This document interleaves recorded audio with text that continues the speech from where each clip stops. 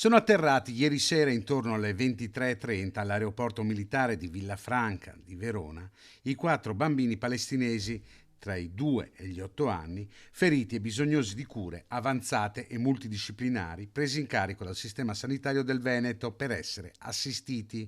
Ad accoglierli 4 ambulanze del 118 con personale medico coordinato dai direttori del SUEM di Verona, Adriano Valerio, e di Padova, Andrea Paoli. 2 dei piccoli pazienti, un bambino di 5 anni con un'importante immunodeficienza e forte denutrizione e un bambino di 14 mesi affetto da una grave patologia agli organi interni, sono stati trasferiti all'ospedale Borgo Trento di Verona. L'azienda ospedale Università di Padova si sta invece occupando di un bambino di 8 anni con lesioni oculari e di un altro bimbo di 2 con ustioni e traumi al volto. I 2 piccoli, che non sono in pericolo di vita ma sono interessati da gravi ustioni e serie lesioni agli occhi, resteranno ricoverati in pediatria, così da consentire ai medici di poter predisporre un piano terapeutico adeguato con la collaborazione di chirurghi plastici e oculisti.